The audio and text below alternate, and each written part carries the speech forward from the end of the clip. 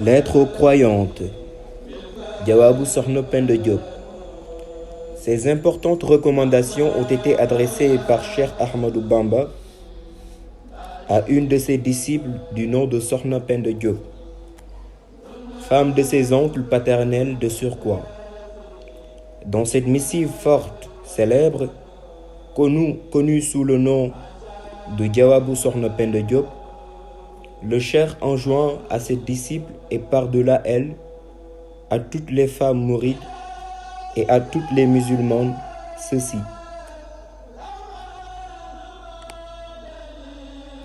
Je te recommande de pratiquer la patience et de persévérer dans la crainte de ton Seigneur, en public et en privé. Ainsi obtiendras-tu le pardon de Dieu. Réponds-toi constamment en Dieu et persévère à toujours faire le bien. Ne te détourne donc jamais vers autre chose que la droiture. Sois toujours humble et modeste. Agis toujours dans la discrétion et évite d'élever ta voix en parlant. Ainsi obtiendras-tu la satisfaction divine. Durant le restant de tes jours, ne te dirige plus jamais vers une quelconque chose dont le caractère licite en islam n'est point évident. Abstiens-toi strictement de tomber dans la médisance et l'orgueil. Persévère à cultiver le silence et la patience. Évite le mensonge, l'ostentation de même que le penchant pour la célébrité et les honneurs.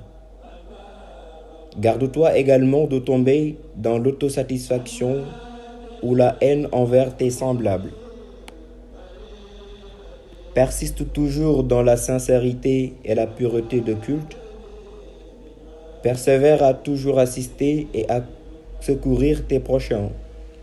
Ainsi accéderas-tu aux faveurs de Dieu. Ne conçois jamais l'idée d'adorer ton Seigneur tout en refusant de te conformer aux recommandations de ton époux qui craint Dieu. Car, pour une femme, le combat sur la voie de Dieu consiste à se conformer aux directives de son mari. Ainsi, à chaque fois qu'un époux se montre satisfait du comportement de sa femme, le Seigneur se montrera également satisfait de celle-ci et lui accordera des faveurs et des dons. Mais à chaque fois qu'un époux sera mécontent de l'attitude de sa femme, que celle-ci sache que jamais son Seigneur ne l'agréera. Sache ainsi que toute œuvre accomplie pour une autre raison que la face exclusive de Dieu est totalement vaine et sans valeur. Sache enfin que nul ne pourra se sauver du châtiment divin à l'au-delà s'il ne parvient à s'abstenir de 4 péchés graves que sont le mensonge, l'orgueil, l'avarice et le préjugé négatif systématique envers le Créateur et ses créatures.